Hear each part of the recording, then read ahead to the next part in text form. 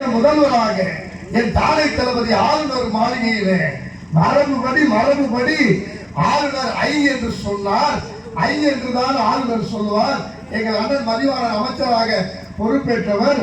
அவரும் அமைச்சராக பொறுப்பேற்ற பொழுது ஆளுநர் அவருக்கு தெரிந்த வார்த்தை ஐ என்றுதான் சொல்லுவார். மதிவாணன் ஆகிய நான் என்றுதான் அண்ணன் பொறுப்பேற்பார்.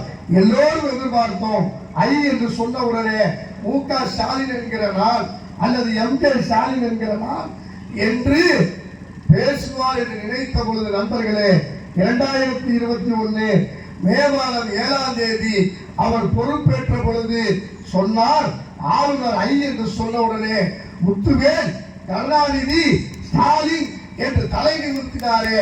அதற்கு காரணம் இந்த 3 தலைமுறையாக பாழ்பட்டு கிடந்த தமிழ் இனத்தை காப்பாற்ற வந்த ஒரே கீர்த்ததரிசி எங்கள் தளபதி. அவர் ஆட்சி பொறுப்புல ஏற்பட்ட வந்த பொழுது பழனிசாமிக்கு இருந்த மாதிரி நெடுஞ்சாலைத்துறை பொதுப்பணித்துறை எல்லாம் கொட்டி காமிச்சு கொரோனா வியாதி. நண்பர்களே, நீண்ட நேரத்தில் கொரோனா வியாதி பற்றி உங்க எல்லாருக்கும் தெரியாது. எல்லாருக்கும் தெரிஞ்சது என்ன தெரியுமா? கட்டின பொண்டாட்டியை புருத்தம் தொடக்கூடாது, பெத்த பிள்ளை எடுத்து முத்தம் கொடுக்க கூடாது. இதுக்கு பேர் தான் கொரோனா. ஆனா கொரோனா தோன்றியது சீனாவில், வளர்ந்தது ஜப்பான்ல, பறந்தது அமெரிக்காவில், இருந்தது ரஷ்யாவில், இங்க புகுந்தது இந்தியாவில்.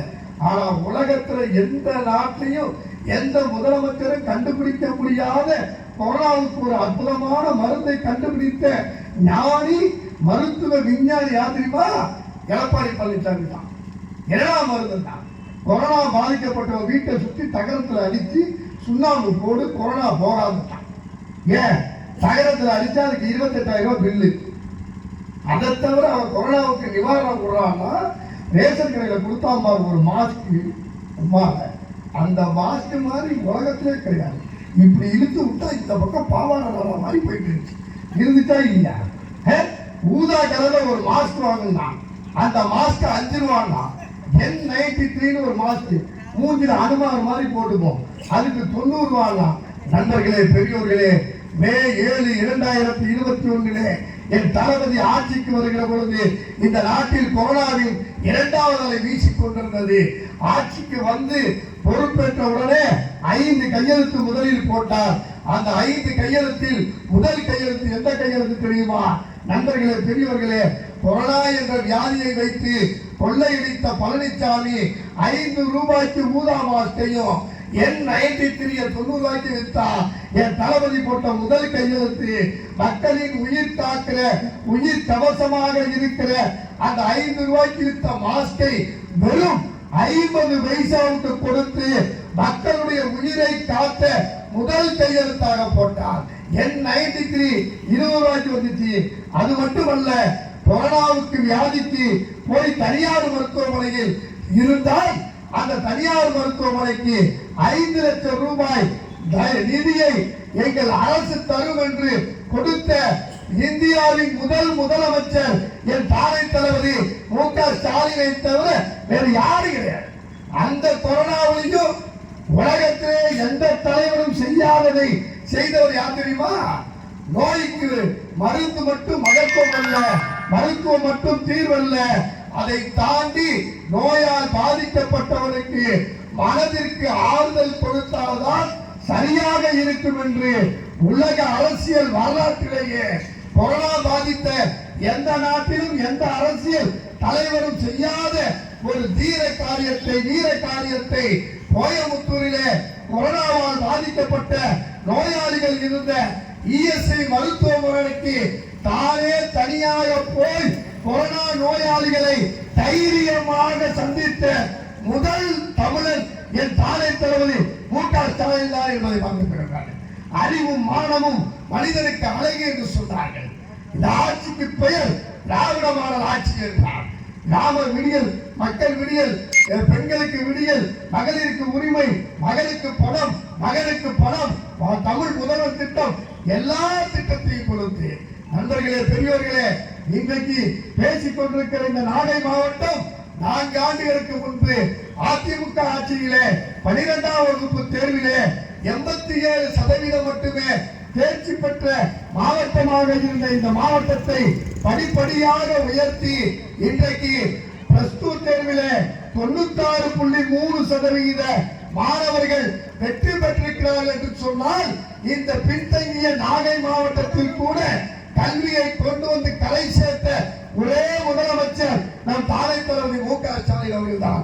நண்பர்களே, பெரியோர்களே, இந்த 4 ஆண்டிலே அவர் செய்திருக்கிற சாதனைகளை இன்றைக்கு 443 தலைமை கழக பேச்சாளர்கள் வைத்து 1213 கூட்டங்களை 4 நாட்களில் தமிழ்நாடு முழுக்க நடத்துகிறோம் என்று சொன்னால், நண்பர்களே, செய்ததை சொல்லுவது எங்களுக்கு கடமை. சொன்னதை செய்திருக்கிறோம். 505 தேர்தல் வாக்குறுதிகள் நமது 2021 தேர்தல் பட்டியலில் இருக்கிறது. அதில் நிறைவேற்றப்பட்டவை 487. இன்னும் 19 வாக்குறுதிகள் மட்டுமே நிறைவேற்ற வேண்டிய நிலையில் நெஞ்சை நிமிர்த்தி சொல்லுங்கள். கருப்பு சோப்பு வேட்டி கட்டியிருக்கிற ஒவ்வொரு திமுக காரனுக்கும் ஒரு ராணுவ வீரனை போல பலம் பொருந்திய ஆட்சியை இந்த தமிழ்நாடு தந்திருக்கிறது. அறிஞர் அண்ணா சொன்னார், ஆட்டுக்கு தாடி தேவையில்லை, நாட்டுக்கு ஆளுநர் தேவையில்லை என்றார். தலைவர் கலைஞர் ஆளுநர் மட்டுமே கோட்டையில் கொடியேற்ற வேண்டும் என்கிற அந்த உத்தரவை மாற்றி ஆகஸ்ட் 15 சுதந்திர திருநாளில் தமிழ்நாட்டில் மட்டுமல்ல, இந்தியாவிலேயே மக்களால் தேர்ந்தெடுக்கப்பட்ட முதலமைச்சர்கள் கொடியேற்றுகிற உத்தரவை பெற்றார். இது அத்தனையும் தமிழ்நாடு ஆளுநருக்கு எதிராக இருந்த நிலை. ஆனால் அதையும் தாண்டி, நண்பர்களே, பெரியோர்களே, ஆளுநர் கையெழுத்து போட்டால்தான் சட்டப்பேரவையில் மசோதா நிறைவேறும் என்ற நிலை இருந்தது. அந்த நிலையில் 10 மசோதாக்கள் ஆளுநரின் கையொப்பம் இல்லாமல் முடங்கி கிடந்தது. இந்திய அரசியலை, சாசன சட்டத்தை எழுதிய டாக்டர் அம்பேத்கருடைய அந்த சட்டக்குறிப்பில் இருந்து எடுத்து, நண்பர்களே, 75 ஆண்டு கால சுதந்திர அரசியல் வரலாற்றில் எந்த மாநிலத்தில் எந்த முதலமைச்சரும் எவனும் செய்ய முடியாத ஒரு மகத்தான காரியத்தை ஆளுநரின் கையெழுத்தே இல்லாமல் 10 மசோதாக்களை சட்டமாக்கிய முதல் முதலமைச்சர் என் தாரை தளபதி மு க ஸ்டாலின் தான் என்பதை உறுதிப்படுத்தி இருக்கிறார் என்று சொன்னார். தலைவர் கலைஞர் அண்ணாவின் மறைவுக்கு பிறகு சொன்னார், அண்ணா வழியில் அயராது உழைப்போம், ஆதிக்கமற்ற சமுதாயம் அமைத்தே தீர்வோம் என்று சொன்னார்.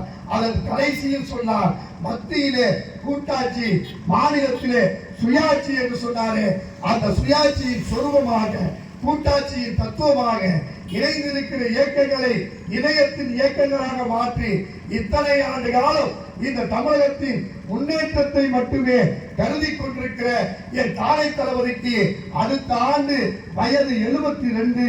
நண்பர்களே, அந்த 72 என்கிற எண்ணிலே 7 என்பது 7வது முறையாக திமுக ஆட்சிக்கு வரப்போகிறது. அந்த 2 என்பது என் தாரை தளபதி 2வது முறையாக முதலமைச்சராக போகிறார். அதற்காக உழைப்போம். உதயசூரியனை ஊரெங்கும் உதிக்க வைப்போம். அதுவே நமது லட்சியம், அதுவே நமது கொள்கை. நிறைவாக, இறுதியாக, கடைசியாக உதயசூரியனை உதிக்க வைக்கிற வரை போராடுவோம் என்று சொல்லி ஒன்றே ஒன்றை சொல்லி உங்களிடமிருந்து விடைபெறுகிறேன். போயிட்டு